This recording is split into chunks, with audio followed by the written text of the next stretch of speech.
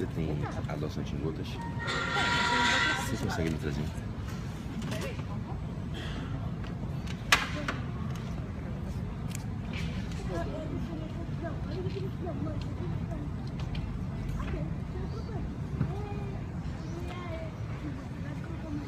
Olá pessoal, muito bom dia a todos vocês em todo o Brasil. É um prazer recebê-los aqui na nossa transmissão. Eu estou aqui ao vivo do aeroporto de Cuiabá, obrigado, viu? Estou embarcando agora para São Paulo. De São Paulo irei ao Rio de Janeiro e abri essa live. Esse é meu voo aí, ó. Não, esse não é o meu não. Bom, abri essa live aqui pra gente bater um papo rápido, pra gente conversar sobre 2, se der tempo, 3 temas dos nossos 200 temas específicos que a gente separou para compartilhar com vocês todos aqui. Tudo bem? É um prazer receber todos vocês aqui. Meu irmão Fabrição, hoje tem jogo do Mengão, em homenagem ao Príncipe Arthurzinho. Tamo junto aqui, tudo nosso. Valeu? Daqui a pouco, aí 1h da tarde, eu pouso no Rio de Janeiro.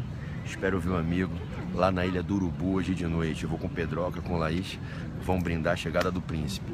Galerinha, seguinte, eu vou começar com vocês falando aqui sobre direitos humanos, tá? Então, para quem já vem aí desde o primeiro tema, esse é o tema 10, não é isso? Então, se vocês puderem confirmar comigo, foram 9 temas, esse é o tema 10. E a galera que está acompanhando todos os temas, e isso, tema 10. Então, vamos lá, anotem aí. Tema 10, direitos humanos. Tema 10, direitos humanos. Os direitos de primeira dimensão. A gente vai conversar aqui rapidinho, dicas objetivas nos direitos de primeira dimensão, ok? Então, tema 10, direitos humanos. Os direitos de primeira dimensão. Se vocês puderem, eu pediria que vocês fizessem isso aí, ó, que a Adriana fez, que o Aguinaldo fez, o Aguinaldo, muito querido, compartilharem a transmissão, o Izan, né, convidando os seguidores de vocês aí do Brasil inteiro, Gilmar de Brasília, tá? Se vocês puderem, convidem os seguidores, isso é como fez a Adna, que é uma querida agora, Deise, GG, Mila, todo mundo. Convidando os seguidores, Emily lá de Maceió, gente do Brasil inteiro, Vanessinha. Então, todo mundo convidando os seguidores. Ô Rafa, Carol é muito querida, sua esposa aí, passou agora fazendo a segunda fase com a gente. Rafaeleres, que também tá lá de Belém. Pô, gente do Brasil inteiro aí na live, né? Priscilinha lá de Fortaleza. Poxa, quanta gente bacana. Saulão de Recife, só gente do bem do Brasil inteiro aí junto, não é isso? Então vamos lá. Galera, a partir de agora, 0 mensagens, ok? Pode ser que na prova de vocês a banca elabore um quesito perguntando sobre quais são os direitos humanos de primeira dimensão, quais são as características deles e em que contexto histórico eles surgem. Por que eles são chamados de os direitos da primeira dimensão histórica? Bom, você vai anotar nos seus apontamentos que os direitos humanos de primeira dimensão são conhecidos como os direitos de liberdade. Direitos de liberdade. E esses direitos de liberdade se subdividem em 2 grandes famílias: as liberdades civis e as liberdades políticas. É por isso que nas provas é comum que nas respostas das questões o gabarito correto diga que os direitos humanos de primeira dimensão são os direitos civis e os direitos políticos. Então a gente tem nos direitos civis e políticos direitos de liberdade que foram consagrados no primeiro momento histórico do processo afirmativo dos direitos humanos das pessoas humanas contra abusos do Estado. A gente sabe que o movimento histórico de afirmação dos direitos humanos é um movimento em que a humanidade busca assegurar juridicamente, assegurar nas constituições, nos sistemas jurídicos, mecanismos de proteção à dignidade de todo e qualquer ser humano, protegendo-se os seres humanos em face de abusos do Estado, quando o Estado age no seu poder de administrar, no poder de governar a população. Num primeiro momento histórico, na primeira dimensão, os direitos que foram alvo de proteção, de reconhecimento, foram os direitos de liberdade. E essas liberdades se enquadram em 2 grandes famílias: as liberdades políticas e as liberdades civis. Você vai anotar no seu caderno que direitos humanos de primeira dimensão são os direitos de liberdade e são rotulados como os direitos políticos e os direitos civis. Isso, por si só, já lhe dá a pontuação em algumas questões de prova. Eu vou discorrer um pouquinho sobre as características desses direitos, mas antes eu queria posicionar você no tempo para você entender historicamente quando isso aconteceu e não errar um eventual quesito em que a banca indague sobre a contextualização. Quando se deu essa primeira era, essa primeira dimensão histórica? Acontece entre os séculos 17 e 18. É na virada do século 17, após a Revolução Inglesa, e com a consagração plena no final do século XVIII, com as revoluções francesa e americana, que a gente tem a consagração, o reconhecimento no sistema jurídico da tutela dos direitos de liberdade das pessoas contra abusos e excessos do Estado. Então anote que os direitos de primeira dimensão surgem com as 3 grandes revoluções que são conhecidas como revoluções de liberdade. A gente está falando da Revolução Inglesa do século XVII e das revoluções Grande Philippe Parini, Revolução Americana e Revolução Francesa do século XVIII. Então, nesse período de aproximadamente pouco mais de 100 anos, Alex Paim, meu irmão lá de Aracaju, nesse período de aproximadamente 100 anos, a gente teve 3 grandes movimentos ideológicos fortíssimos na tutela das liberdades humanas: Revolução Inglesa, Revolução Francesa e Revolução Americana. E nesse momento a gente consagra a tutela dos direitos de liberdade. Então, meu avião já está em solo. Dentro de instantes, inicia o meu embarque no portão de número 4. Então vamos lá. Se você for fazer a prova, então, você vai anotar no seu caderno, para não errar na prova, que os direitos humanos de primeira dimensão, eles são reconhecidos. O reconhecimento internacional vem nessa virada do século XVII e do século XVIII, atrelados aos movimentos da Revolução Inglesa, Revolução Americana e Revolução Francesa, conhecidas como as 3 grandes revoluções de tutela das liberdades humanas, ok? Dentro de um sistema legislativo, a gente pode dizer que os direitos humanos de primeira dimensão, esses direitos de liberdade, eles estão atrelados ao nascimento do constitucionalismo. A consagração do movimento do constitucionalismo, dos estados constitucionais de direito, vem nessa mesma era. É nessa mesma passagem histórica que a gente consagra o constitucionalismo. É quando vão surgir as primeiras 2 grandes constituições escritas, a Constituição Americana e a Constituição Francesa.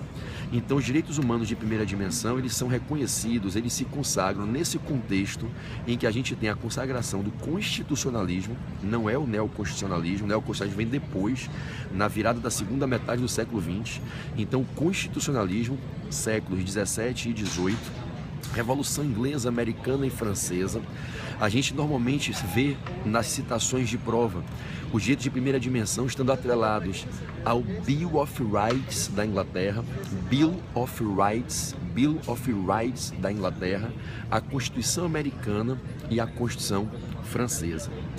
Os direitos de primeira dimensão, como direitos de liberdade, são direitos em que o homem exige que o Estado se afaste, respeitando o livre-arbítrio e a autonomia existencial do ser humano, para que o ser humano seja livre para exercer as suas prerrogativas, a sua autodeterminação, sem se submeter a interferências excessivas do Estado. As liberdades que a gente tutelou com a primeira dimensão dos direitos humanos, elas geram o reconhecimento a direitos que impõem ao Estado um dever de afastamento. É por isso que se diz que os direitos de primeira dimensão são direitos de segregação. Segregam o Estado para um lado, o ser humano para o outro. Por exemplo, nas liberdades civis, a liberdade de expressão, a liberdade de orientação religiosa, a liberdade de propriedade, a liberdade de domicílio, a liberdade de locomoção, a liberdade de manifestação do pensamento. Eu quero dizer ao Estado, não se meta, não interfira, não venha me restringir, não gere restrições ao exercício da minha liberdade de me manifestar, de orientação religiosa, orientação sexual, de propriedade, de intimidade, de privacidade, de domicílio, de locomoção, de reunião. Todas essas liberdades hoje a maioria delas estampada como garantia individual no artigo 5º da Constituição, ora como garantia coletiva. Essas liberdades civis, elas surgem na primeira dimensão. É por isso que a gente diz que os direitos de primeira dimensão são direitos que impõem ao Estado um dever de afastamento, que o Estado se afaste, impõe ao Estado uma eficácia negativa, uma obrigação de não fazer. Já foi gabarito de algumas provas que direitos de primeira dimensão são direitos de eficácia negativa, como diria Jelinek na sua doutrina. Então, conforme a doutrina de Jelinek e de tantos outros no Brasil, Celso Laffer, Flávia Piovesan, os direitos humanos de primeira dimensão, anote, são direitos de eficácia negativa. E no que consiste a eficácia negativa? Eles impõem ao Estado um comportamento negativo, uma postura de não fazer, uma postura de abstenção, ok? As liberdades políticas não se confundem com as liberdades civis. Os direitos políticos vêm de polis, politeia, são os direitos que permitem que os seres humanos participem da condução, da governabilidade da sua sociedade dentro da polis. Eu quero participar da governabilidade que se exerce sobre mim e a minha sociedade, o meu grupo de pessoas que coabitam na polis. Os direitos de liberdade política são direitos de uma liberdade inclusiva, participativa. Os direitos políticos são direitos que me permitem participar da vida política na sociedade. Por exemplo, escolher um governante. Por exemplo, participar da construção das leis que regem essa governabilidade. Participar da tomada de decisões estratégicas na condução da governabilidade. Então, quando a gente fala do direito ao voto, do sufrágio universal, de uma capacidade eleitoral ativa, o direito de poder concorrer para ser governante, a capacidade eleitoral passiva. Quando a gente fala do plebiscito e do referendo, instrumentos para fazer consulta à população, para que a população se manifeste decidindo se cabe ou não cabe certa medida governamental de grande tensionamento político. Quando eu falo da iniciativa popular, o povo participando da construção das leis, eu falo de direitos de liberdade. O povo é livre para participar da construção das leis, o povo é livre para escolher governante, para escolher quem do próprio povo pode se candidatar a ser um governante merecendo ser eleito, para, quando consultado em plebiscito e referendo, tomar as decisões definitivas. Então, os direitos políticos são esses direitos que consagram, meu amigo Vini Prudêncio, essa liberdade participativa, essa liberdade de participar, de interferir, de decidir na governabilidade da polis. Então, na sua prova, você vai dizer que os direitos humanos de primeira dimensão são esses direitos civis e políticos, direitos de liberdade, consistindo as liberdades políticas nessas liberdades de caráter participativo, em que a gente tem a liberdade de participar, evidentemente, dentro dos limites que a Constituição e a legislação estabelecem. A gente tem a liberdade de participar da governabilidade que se exerce sobre a nossa própria sociedade. Tudo bem? Bom, resumidamente, dentro de 10 a 11 minutos aqui, em dicas objetivas, são as características essenciais, são as palavras-chave que eu queria compartilhar com você, para que você tenha aí no seu caderno e leve para a sua prova essa ideia dos direitos humanos de primeira dimensão, como direitos de liberdade, direitos civis, direitos políticos, que impõem ao Estado um dever de abstenção, a eficácia negativa, o Estado tolerando o exercício da liberdade do ser humano. Isso se consagra num momento histórico entre a virada dos séculos 17 e 18, com grandes marcos, os eventos da Revolução Francesa, Americana e a Revolução Inglesa, e documentos importantes como Bill of Rights na Inglaterra, o Petition of Rights, a Constituição Francesa e a Constituição Americana. Agora eu vou com vocês para o tema de número 11. Acho que agora é o tema 11, Nós vamos para direito administrativo. Obrigado, Rafão. Eu procuro ser, eu tento ser. Repito, às vezes, um pouquinho em excesso para ajudar as pessoas que têm uma dificuldade maior na cognição de uma informação nova. Por isso eu repito bastante. Isso é uma técnica de memorização conduzida na condução da aula. Mas eu estou tentando ser o máximo objetivo possível para em 10 minutos conseguir dar uma dica que ajude. Beleza, Ale? Meu parceiro lá de São Paulo, lindo fiscal, Ale, grande Gilmar. Então vamos nessa. Tema 11, direito administrativo, Thalitinha, querida. Vamos lá para o tema 11, direito administrativo, anotem aí.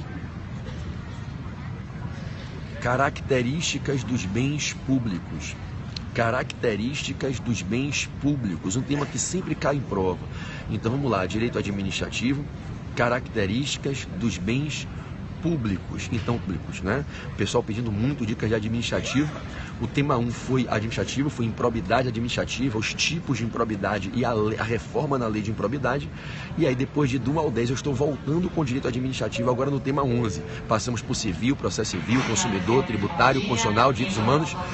Agora, direito administrativo, tema 11, características dos bens públicos. Gente, os bens públicos têm 4 grandes características. Eu vou ditar para vocês anotarem.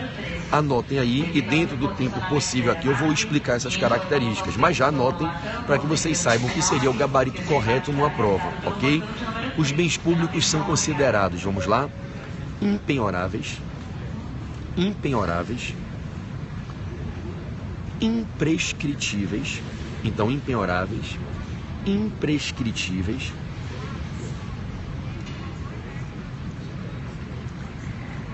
inoneráveis, impenhoráveis, imprescritíveis, inoneráveis. Você não pode colocar ônus real, você não pode indicar um bem público como garantia real, penhor, hipoteca, não pode, não se sujeitam a ônus reais, são inoneráveis. Então, impenhoráveis, imprescritíveis, inoneráveis. E aí, meus amados, tem a 4ª característica, que é sempre alvo de polêmica. É perigosa a expressão que eu vou falar agora e ela tem que ser interpretada com muito carinho no contexto do enunciado da questão da prova. É muito comum que a doutrina cite, eu vou citar aqui, você vai copiar com um asterisco, vai botar um asterisco para copiar a 4ª característica, a característica da inalienabilidade. Você vai colocar um asterisco e vai escrever inalienabilidade. E vai abrir um parênteses para justificar esse asterisco. Na verdade, o nome mais correto, a gente pode usar 2 nomes como nomes mais corretos para essa característica que muitos na doutrina chamam de inalienabilidade, ok? Bom, vejam bem, você vai abrir um parênteses para falar assim, ó, alienabilidade condicionada ou inalienabilidade relativa. Inalienabilidade relativa, ok? Então, a 4ª característica da inalienabilidade deve ser lida como inalienabilidade relativa ou alienabilidade condicionada. Quer dizer, respeitadas as condições legais, o bem público pode ser alienado. A inalienabilidade é relativa, porque se forem obedecidas as exigências legais, pode haver alienação, ok? Bom, deixa eu só ver qual é o meu grupo de embarque aqui. Grupo D. Então vamos lá, moçada. A característica da impenhorabilidade. Ela ensina que numa execução contra a fazenda pública, o credor exequente, que é credor do Estado, está executando o Estado, não vai conseguir a constrição forçada dos bens do Estado. Ele não pode obter a penhora, porque esse bem não pode ser adquirido na execução mediante a expropriação oriunda da constrição forçada. Numa execução contra a fazenda, se você tiver êxito na execução, talvez você venha a encontrar satisfatividade do seu crédito de outras maneiras, mas não retirando bens do patrimônio público. A ideia que move o legislador a proclamar a impenhorabilidade é simples. Ninguém pode individualmente, sozinho, adquirir para si um bem que pertence a toda a sociedade, ainda para satisfazer um justo direito de crédito. Então a impenhorabilidade, sendo bem direto e objetivo, consiste na vedação legal de penhora dos bens públicos numa execução contra a fazenda pública. Tudo bem? Maravilha. No que consiste a imprescritibilidade? Os bens públicos não se sujeitam a uso capião, não submetem à prescrição aquisitiva. Então ninguém pode adquirir por uso capião, aquisição originária, bem público, seja bem móvel ou imóvel, imóvel rural ou urbano. Os bens públicos não se sujeitam a uso capião. Tudo bem? Bom, inonerabilidade ou não onerabilidade. Não se pode onerar, não se pode onerar o bem público com penhor, hipoteca, gerar anticrese, não pode. Os bens públicos não se sujeitam a ônus reais. E a 4ª e última característica da inalienabilidade relativa diz que, como regra, os bens públicos não podem ser alienados, ok? Todavia, é importante que a gente se lembre, os bens públicos que estão afetados os bens afetados, enquanto estiverem afetados, não podem ser alienados.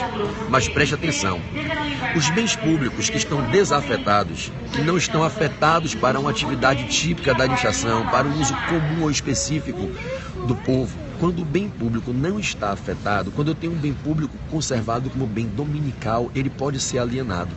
Obedecidas as regras legais e o procedimento específico para imóvel ou para móvel, ele pode ser alienado.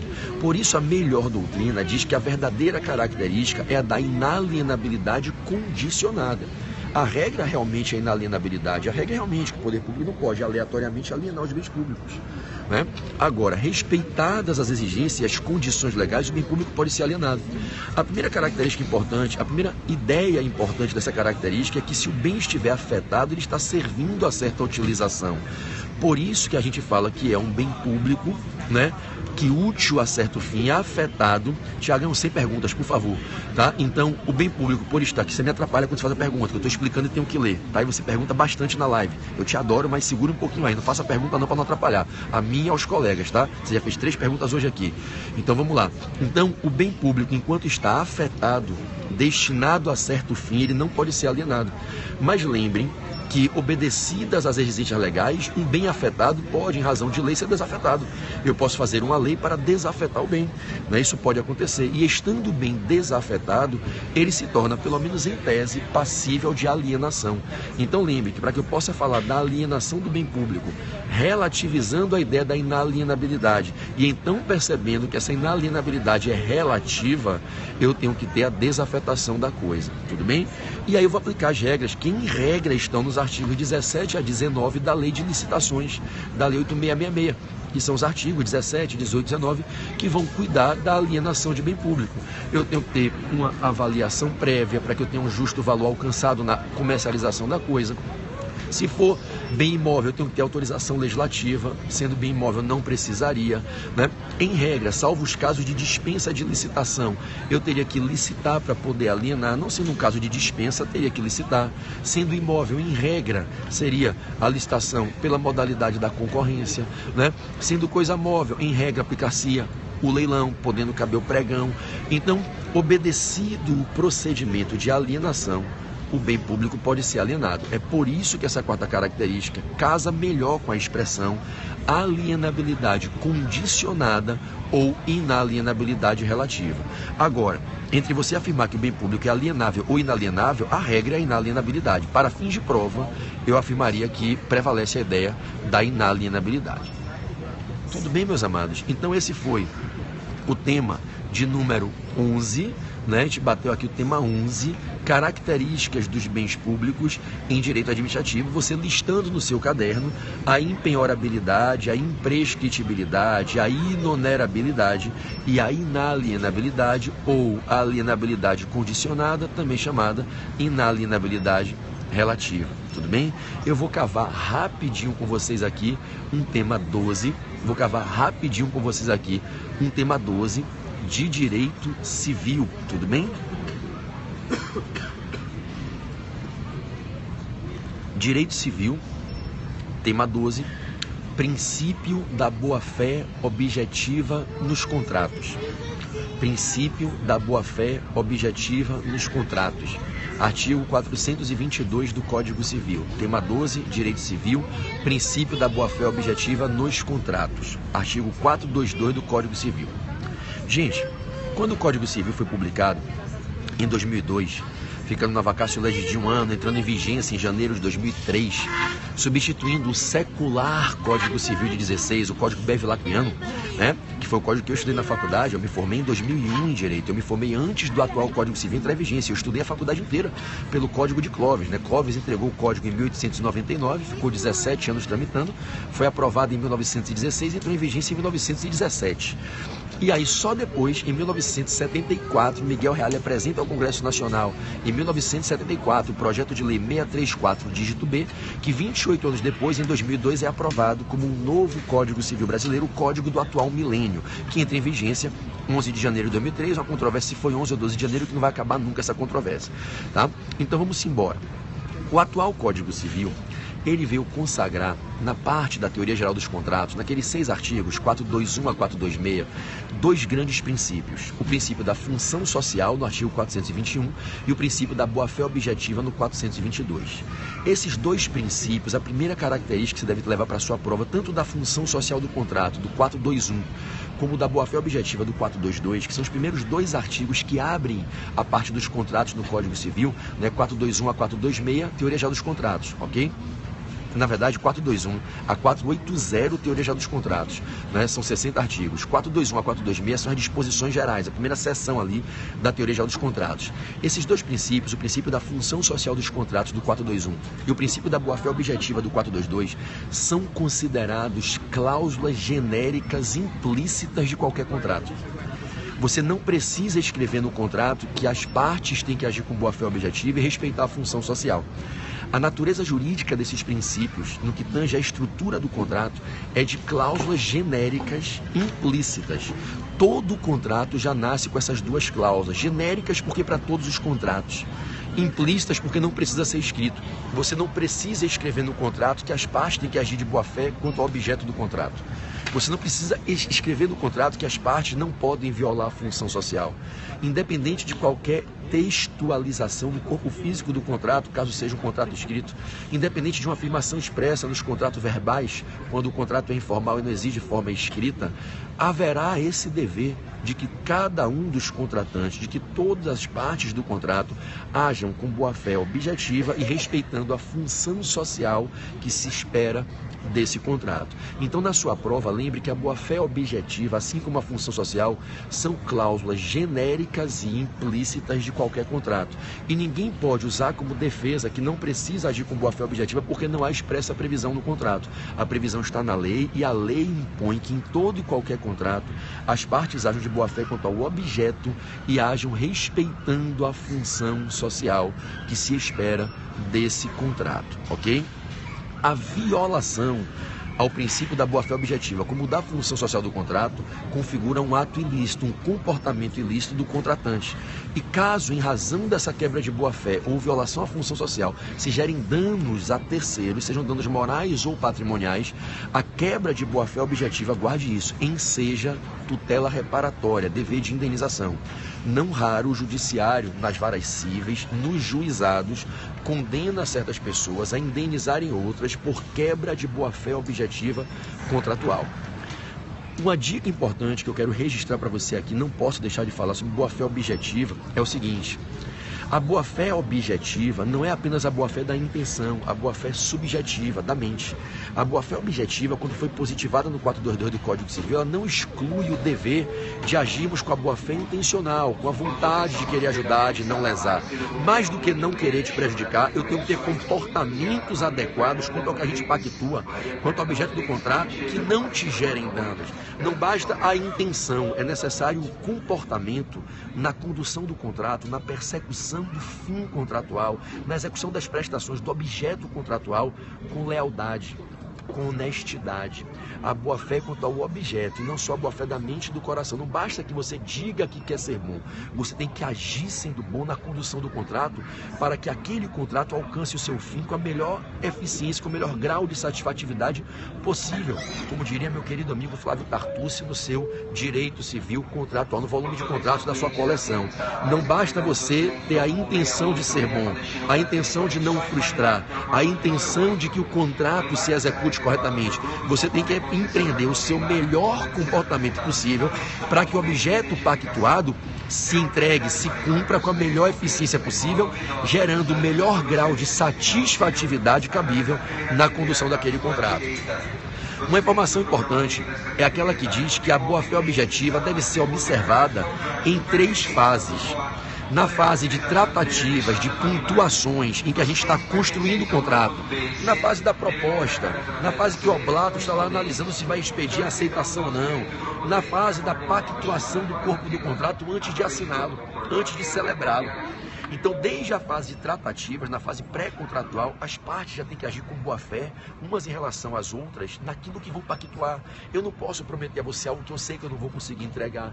Eu não posso prometer a você que eu vou entregar uma prestação, um fazer, um dar, que eu vou não fazer, deixar de fazer algo que eu sei que dificilmente eu vou conseguir deixar de fazer. Então, desde as tratativas, as partes têm que agir com boa fé. Não apenas na condução do contrato celebrado, mas desde antes e depois. Mesmo após finitum o contrato, post pactum finitum, existe para as partes o dever de boa fé. Eu não posso, porque simplesmente encerrei meu contrato com você, dar as costas a você, porque a relação está contratualmente exaurida, e adotar comportamentos que causam para você prejuízos quanto àquilo que você obteve no contrato. Imagina eu te vender um terreno com vista a mar a 40 metros da praia, sendo que o terreno da frente é meu e eu não te informei, e após vender para você esse terreno para você buscar sua casa, eu levanto um prédio na frente. Eu tinha um dever de lealdade, ou de te informar inicialmente que a vista a mar só seria até eu construir um prédio na frente, ou então não construí-lo após o final do contrato para não retirar de você a benesse que você obteve, que eu lhe assegurei quando fizemos o contrato, de você comprar um terreno para construir uma casa com vista a mar. Se eu não te informo e resolvo após fazer a construção, eu estou retirando de você uma garantia que eu gerei para você no contrato, eu tenho que te indenizar. É a quebra de boa-fé objetiva pós-contratual. É o exemplo do fornecedor que vende um produto que só tem peças de reposição importadas e não guarda peças de reposição para saciar o consumidor na necessidade de substituição. O contrato já se encerrou, ele já vendeu o produto, ele já encerrou o contrato, o consumidor pagou à vista, mas ele tem um dever após o contrato de guardar peças de reposição quando essas peças são de difícil acesso. Ele tem que assegurar ao consumidor dele que mesmo após o contrato, os ganhos gerados com o contrato não serão eliminados por um comportamento dele, fornecedor comissivo ou omissivo. Então, o princípio da boa-fé objetiva ele tem que ser analisado na fase de formação do contrato, na execução do contrato e após o exaurimento do contrato. É o que a gente chama de boa-fé objetiva pré-contratual, contratual e pós-contratual. A quebra de boa-fé objetiva pré-contratual e pós-contratual, caso se traduza através de comportamentos que gerem danos ao outro contratante, a terceiros, enseja o que a gente chama, atenção, de responsabilidade civil extracontratual, responsabilidade civil aquiliana.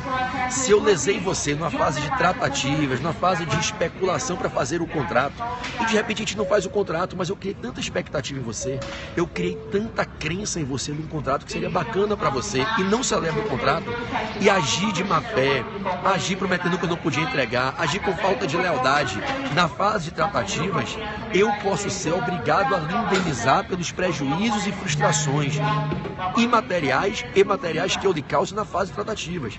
Isso se chama de responsabilidade civil extracontratual, por danos oriundos de comportamentos fora da execução do contrato, antes mesmo de sua formação e até mesmo numa fase de tentativa de formação de um contrato que não se formou.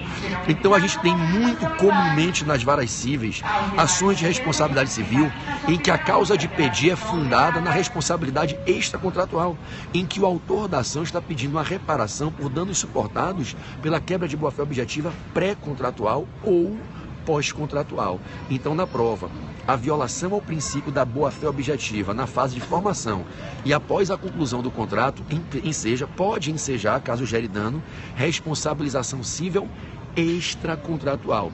A quebra de boa-fé objetiva no curso do contrato gera responsabilidade contratual. Então percebam que o princípio da boa-fé objetiva tem que ser observado na formação, na execução e após a conclusão do contrato. Estamos juntos até então?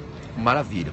Para a gente encerrar, que a galera já está avançando ali no meu embarque. Estou aqui só olhando pelo espelho do telefone aqui, ó, lá atrás, a galera na fila ali entrando, tá vendo, embarcando, para eu não perder a porra do meu voo, né? E ficar aqui, né,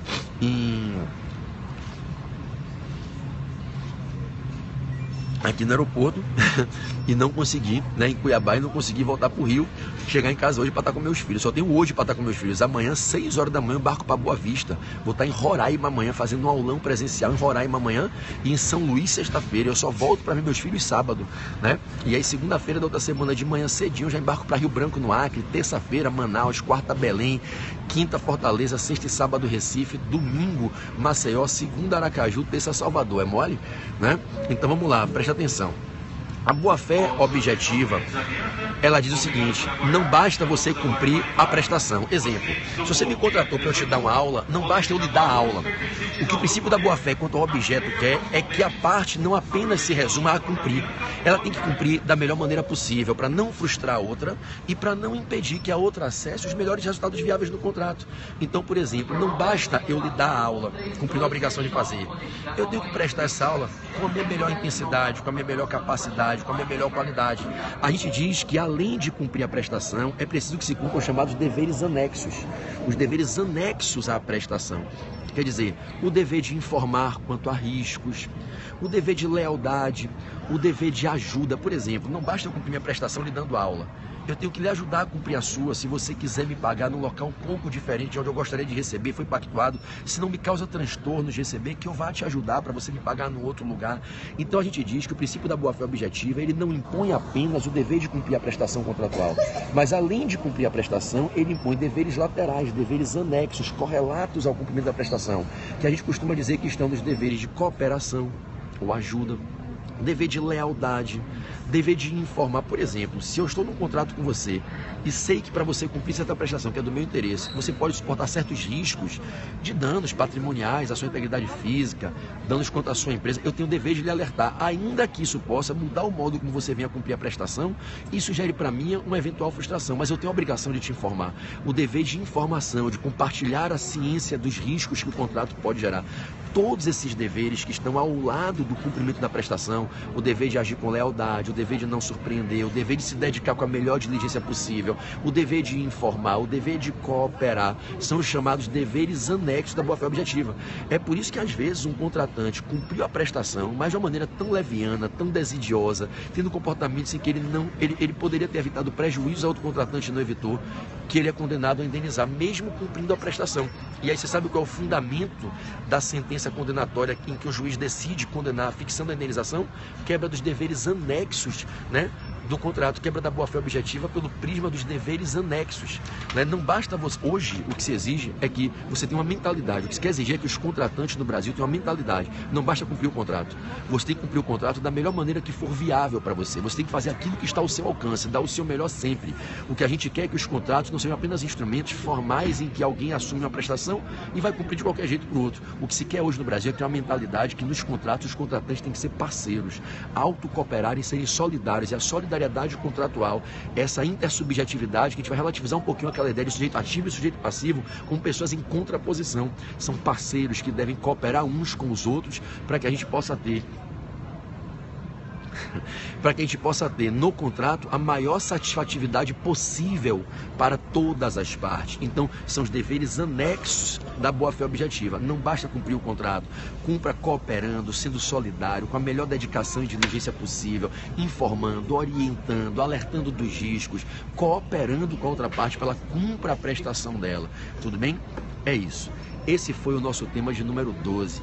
Galerinha, minha amiga Di, um beijo grande, Diana, né? Galerinha, esses foram os temas 10, 11 e 12 na live de hoje. As últimas pessoas estão entrando aqui, ó, já percebo, tá? Se vocês que estão na live aí agora, grande Claudenor, um abraço, meu irmão, saudade de você. Aquela aula que eu fiz lá com vocês no Pará, que você fez aquela música no violão linda, rapaz.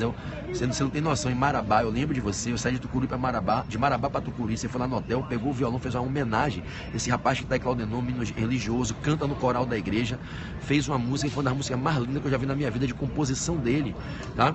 E ele fez uma música para mim. Foi no hotel de manhã, eu saindo para ir para Tucuruí, e ele foi lá cantar no café da manhã para mim, um menino de ouro, um menino da igreja, um menino muito religioso, muito abençoado. Eu nunca vou esquecer aquela homenagem que você me fez. Então, ó, tenho que embarcar agora, senão eu perco o voo bem. A galera tá acabando ali já o embarque. Então, galera, se tiver alguém na live aí que ainda não segue meu Instagram, fica aí o convite. Meu Instagram é Pedro Barreto Portal F3. Pedro Barreto, que é meu nome, com 2T, Pedro Barreto Portal F3, que é o meu curso, é o cursinho onde eu dou aula, é a minha casa, Portal F3, quer dizer Foco, Força e Fé. Se tiver alguém aí que não segue o meu Instagram, eu convido para que siga Pedro Barreto Portal F3, beleza? Tô embarcando, beleza, galera? Beijo grande, valeu, Nandinha, Nandoca, foi bom te ver aqui em Cuiabá, Nanda. Te amo muito. Nini, saudade de você. Quero em breve aí no Espírito Santo te dar um beijo, te dar um abraço apertado. Meu orgulho aí, passou na segunda fase tributário agora na OAB.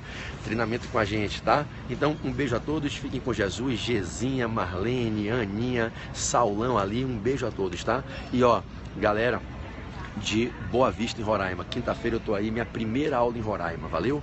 Beijo a todos, fiquem com Deus. Tô partindo para São Paulo, de São Paulo, Rio de Janeiro. Foi um prazer fazer essa live com vocês aqui ao vivo do aeroporto de Cuiabá. Mais tarde tem outra live e a gente avança aí, quem sabe até o tema 15 ainda hoje, tá? Então talvez hoje de tarde, lá do Rio de Janeiro, eu tenho gravação lá no estúdio do Portal, de repente eu abro meia hora e puxo uma live hoje de tarde lá do Portal F3 no Rio de Janeiro, tá bom?